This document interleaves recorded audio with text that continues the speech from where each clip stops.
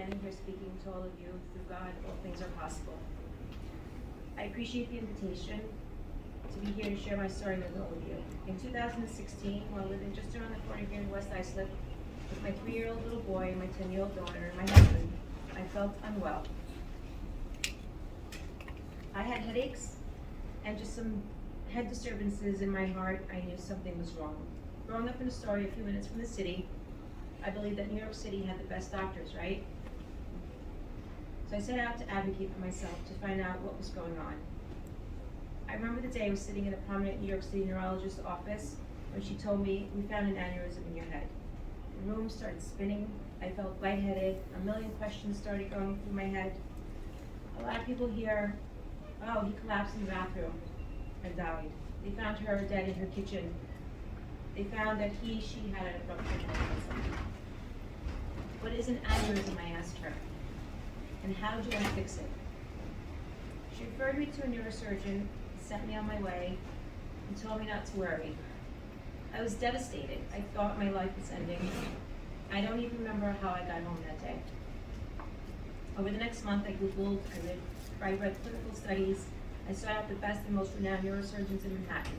I was willing to travel to Taiwan if I had to. Little did I know, my angel was literally a few streets away from my home. I went to see 6 different specialists, and they all gave me conflicting information. Inside the head, outside the head, inside the head, outside the head. Surgery, no surgery. My head was spinning. Finally, the 7th opinion from a world-renowned neurosurgeon, my husband and I decided to just go with whatever he suggested. He told me we would watch it the first year, and then scans every 2 years. I remember saying to him, "Doctor, please, just open up my head and fix it." So year after year, I went for my scan, all along still having symptoms and headaches, and he kept telling me not to worry. "You're fine, see you in 2 years," and would laugh at me when I would come back every single year for a scan. For 5 years, my anxiety levels were through the roof, especially while traveling. I remember my husband and I were taking a trip to Amsterdam, and I was Googling the closest hospital to our hotel, just in case. Same thing when I went to London and Paris and the Caribbean. I lived in fear as to when this ticking time bomb was going to go off. My doctor decided to retire right after COVID, and by the grace of God, I was able to access my latest scan through a patient portal. I was stunned to find out that the aneurysm was indeed inside my head, and it had doubled in size. Needless to say, I panicked. Now living in Seacliff in Nassau County, I reached out to a few doctors that I'm friends with, and they referred me to Dr. Beckless. I remember my friend, Dr. Pam Gallagher, who has an office here in West Islip, said to me, "Maria, don't be so impressed by New York City institutions. Be impressed by the doctor. Go see him." I made an appointment, and my husband and I went to see Dr. Beckless. In my mind, I was thinking, here we go again. Let me not be remiss to say that I was thrilled that he was a fellow Greek. I remember him walking into the room with the calmest demeanor, explaining everything to me in great detail. I remember telling him that I am an avid and competitive tennis player, and I needed to be back on the court ASAP. Dr. Beckless performed an angiogram and confirmed that it was indeed in my head, and asked me how I wanted to proceed. I remember looking at him and saying, "Are you kidding me? Can we fix it tomorrow?" He laughed.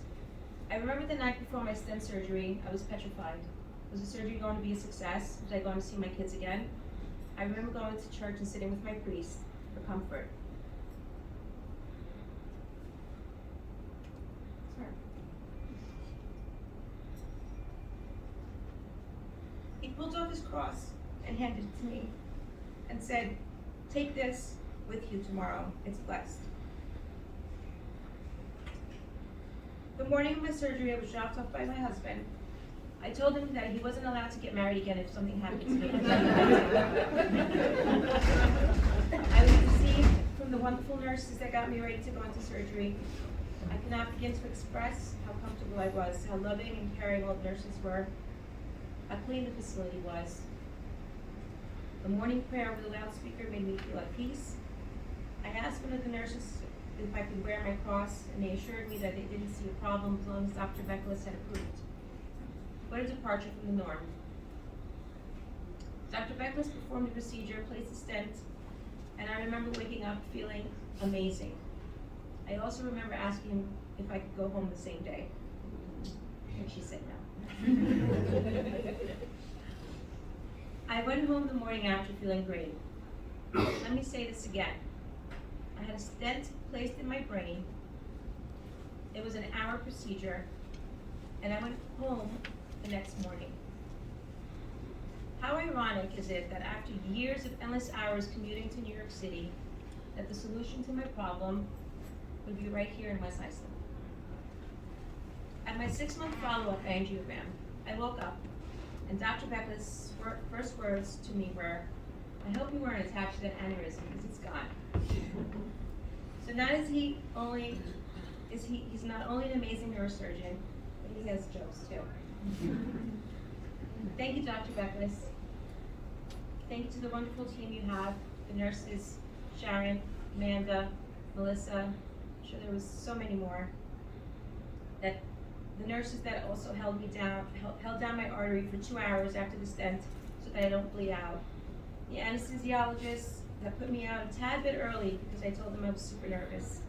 The recovery and the admitting nurses, everyone who assisted me in getting back my quality of life.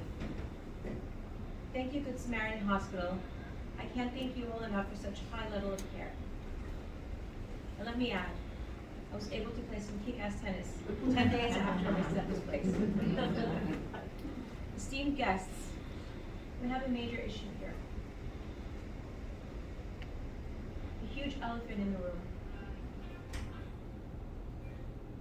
The numbers are staggering and frightful. 1 out of 50 people have unruptured aneurysms. 40% end up dying. A lot of people don't even know what an aneurysm is. The lack of awareness and screening is terrifying. 0 prevention screening, 0 national ads and awareness. Why must we be reactive when we can be proactive? Especially with these medical advancements, minimal invasive procedures, and such quick recovery. I have vowed to make it my mission to spread awareness.